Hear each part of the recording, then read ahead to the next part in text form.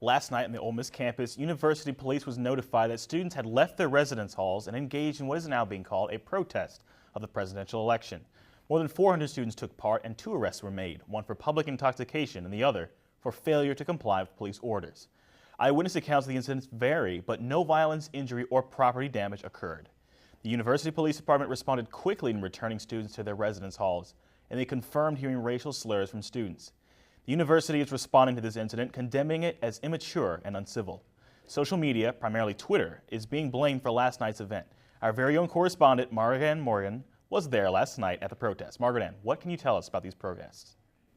Yes, Norman, I was there. And first of all, let me say that it's very unfortunate and sad for our university that this even happened here, but such is reality. And what I saw was, first, I was off campus whenever this was all occurring. About 11:30 was whenever I get my updates through Twitter. And I went to campus after I saw that people continued to tweet about it and continued to call it riots. I want to make sure that if these were actually riots, let's use the appropriate term, but once I got there, I saw that no, they were not.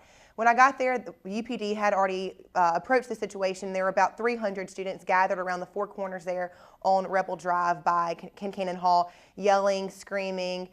We saw no violence at all. Cars were backed up from the corners there on Rebel Drive all the way to the Student Union, and most of what we saw was just confusion. People wanted to know what was going on, why it started, and where it started. Margaret, can you tell us also, what was the atmosphere like? The atmosphere was high energy, negative energy, of course, in my opinion. But, I mean, there were students there of all races, of all kinds, and mainly they just wanted to know what was going on. They heard through Twitter, mostly what we heard was they heard that there were riots. And the atmosphere there was just a lot of confusion. And hopefully through our reports last night while I was on the scene, that did clear up some of the protests that were going on. People were upset about the election turnouts. People were upset that the riots were even going on. Excuse me, the incidents were going on. And there's just a lot of upset there, a lot of miscommunication between students, and a lot of just conflict of interest. The UPD handled it. It was calm once students left and were sent back to their residence halls.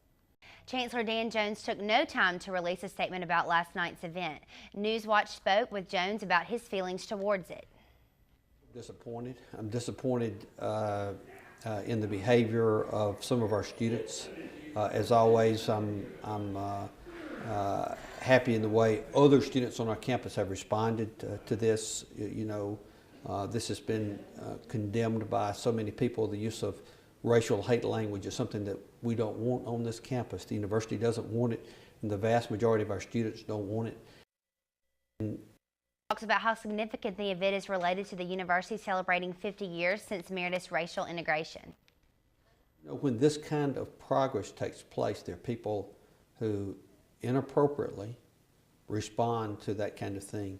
But in many ways, some of the incidents that we have in this period of time is related to reaction to some of the progress that we all see and feel every day, both here on this campus and across our country.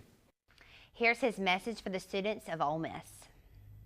Say to our students and to their parents that we recommit ourselves to this being a safe place for everyone. I know that for some students, for a short period of time last night, it didn't feel safe, and we acknowledge that and we recognize that. But we're glad that this is a safe campus and reaffirm our commitment that this is going to be a safe place. You can find Jones' written message on the Ole Miss homepage at olemiss.edu.